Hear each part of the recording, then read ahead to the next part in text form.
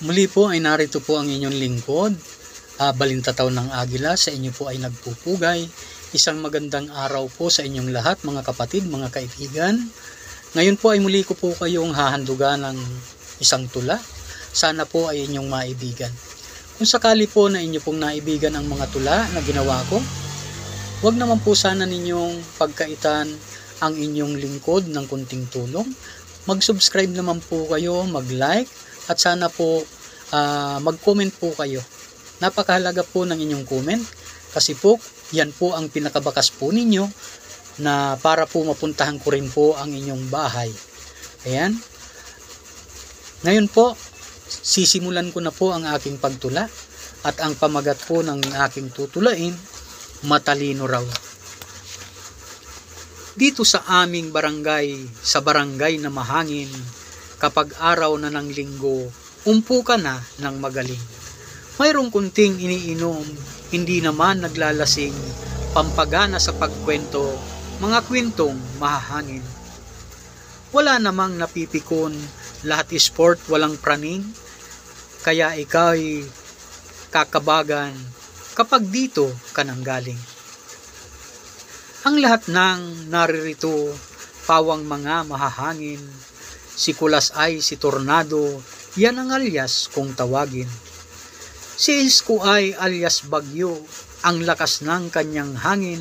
Si Berto ay sobrang lakas, kung tawagin si Hurricane.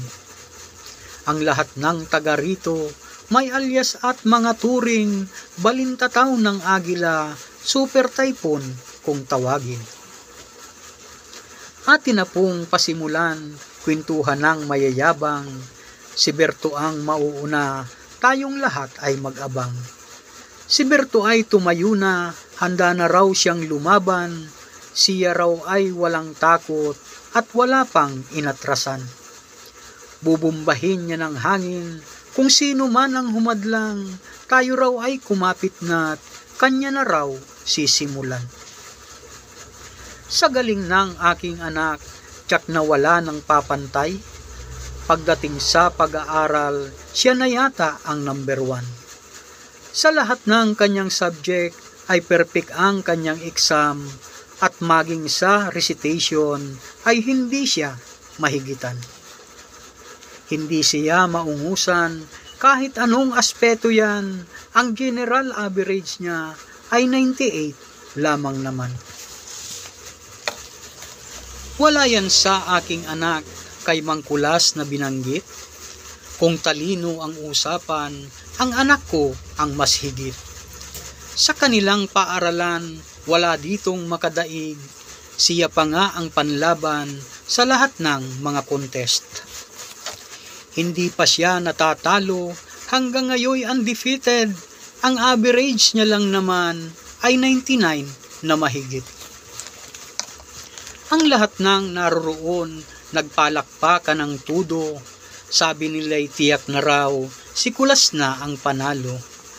Wala na raw hihigit pa, kung 99 ang iyong grado, maaaring maparisan, maglalaban lang sa punto.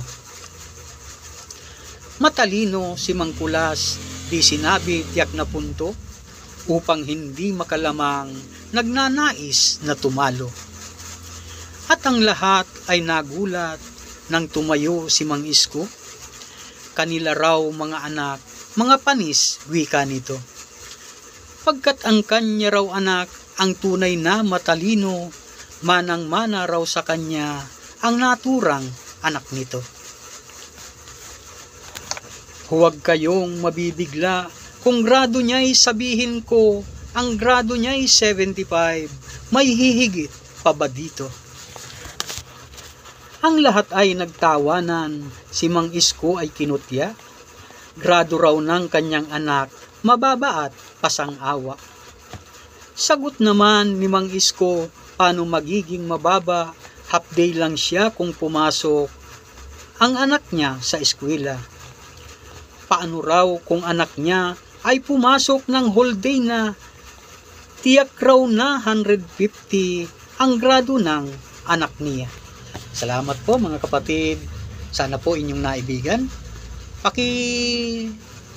subscribe naman po at paki-like at mag-comment po kayo. Salamat po.